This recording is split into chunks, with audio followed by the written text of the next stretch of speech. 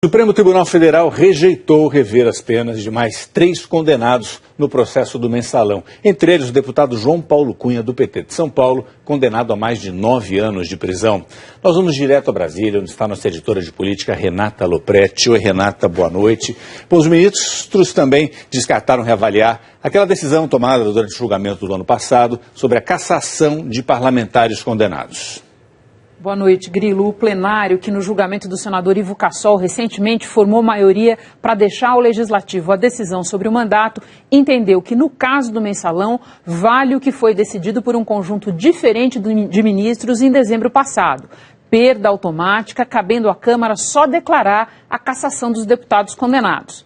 Na sessão de hoje, o réu Breno Fischberg, ex-sócio da corretora Bonus Banval, conseguiu reduzir a pena dele por lavagem de dinheiro em mais de 2 anos. Com isso, o regime muda de semiaberto para aberto. E a grande surpresa do dia veio do novato Teori Zavascki, que resolveu rever vários dos seus votos, um movimento de consequência prática ainda indefinida. É o que a gente vê na reportagem de Lívia Veiga. Os ministros julgaram os embargos de 4 réus e mantiveram por unanimidade as penas de Pedro Correia, ex-deputado e ex-presidente do Partido Progressista, condenado a 7 anos e 2 meses de prisão. Henrique Pisolato, ex-diretor de marketing do Banco do Brasil, condenado a 12 anos e 7 meses. E do ex-presidente da Câmara, deputado petista João Paulo Cunha, condenado a 9 anos e 4 meses. O plenário aceitou o recurso de João Paulo Cunha para diminuir o valor desviado por ele dos cofres públicos. O total caiu pela metade e foi fixado em R$ 536 mil. Sobre o recurso que questionava a quem caberia a decisão sobre a perda de mandato por causa da condenação, o STF, por unanimidade, entendeu que para os réus do Mensalão vale o que foi publicado no acórdão.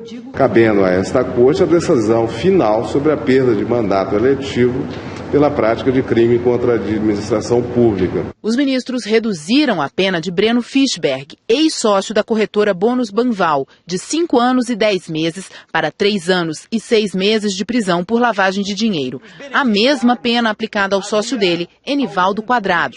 Fischberg poderá pedir a conversão em prestação de serviços. Diante da mudança da pena do réu, o ministro Teori Zavascki disse que vai rever votos dados a outros réus. Para evitar que com essa solução fique criada uma nova incoerência interna do acordo, acolho também para os mesmos efeitos os embargos de declaração propostos pelos demais réus Delúbio Soares de Castro, José Roberto Salgado, José Genuíno Neto e Cátia Rabelo.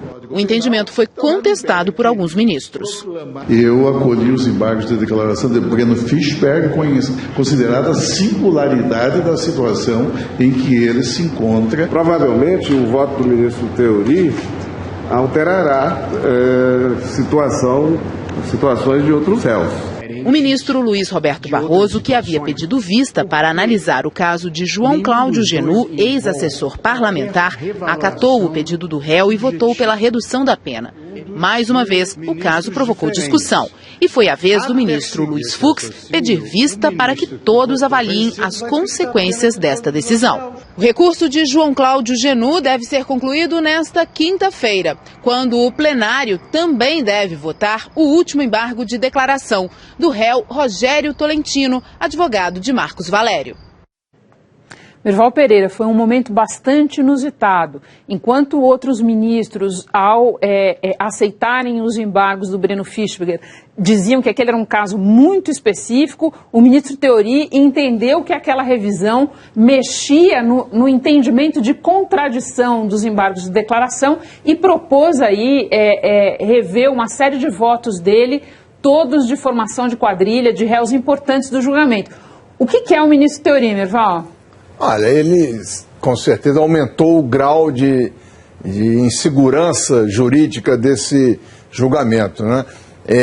Me deu a impressão de que ele estava a contragosto seguindo os votos da maioria para não mudar, não interferir no julgamento que já havia acontecido sem a presença dele. Agora, quando ele viu o ministro Luiz Roberto Barroso, que entrou mais ou menos junto com ele no Supremo, conseguir mudar a votação, a condenação em 2 casos e conseguir ter o apoio da maioria, ele me parece que ficou um pouco ressabiado com essa atitude. Inclusive, ele já vinha preparado, porque ele sacou um voto já pronto para ler e mudou o voto em vários quesitos, em vários réus, né? E isso pode, se ele for seguido, pode mudar a pena de réus importantes como José Dirceu.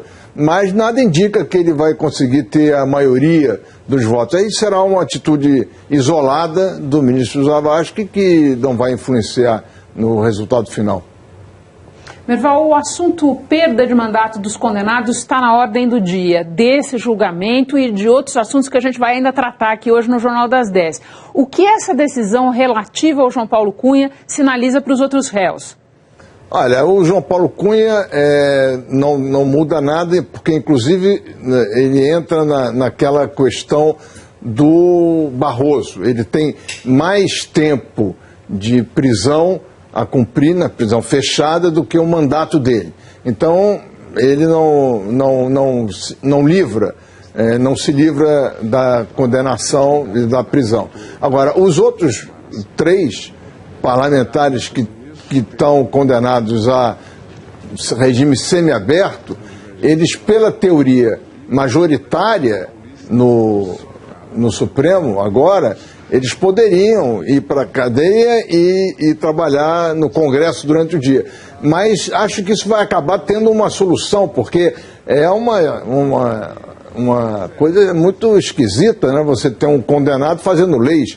Foi hoje um ministro estava me dizendo, você imagina que você permitir um servidor público voltar a trabalhar no mesmo lugar onde ele apanhou a propina, onde ele fez a sua falcatrua, né? É o caso desses deputados. Eles foram ali no Congresso, no papel de parlamentares, é que eles foram apanhados fazendo negociatas.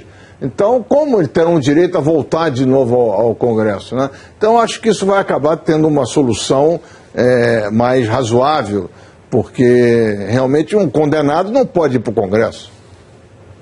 Merval, obrigada. Só completando as considerações do Merval sobre a questão do semiaberto, tem algumas coisas que estão fora de lugar nessa discussão, muito pela maneira como são colocadas pelos réus. O regime semiaberto, ele prevê trabalho de dia, mas não qualquer trabalho. Ele prevê trabalho em colônias agrícolas, trabalho em colônias industriais. Ele prevê um trabalho atrelado ao lugar de recolhimento do detento. Não é uma coisa que se possa trabalhar em qualquer lugar e voltar para a prisão. Isso daí não está muito bem colocado nessa discussão quando apresentada por alguns réus. Outra coisa a observar é o clima no final da sessão de hoje, com essa decisão do ministro Theory de rever vários dos votos dele, tá? E um clima de muita incerteza. E essa incerteza também colocou uma dúvida quanto à viabilidade de começar e acabar amanhã a discussão importante e final que resta nessa fase sobre se vão ou não ser admitidos os embargos infringentes.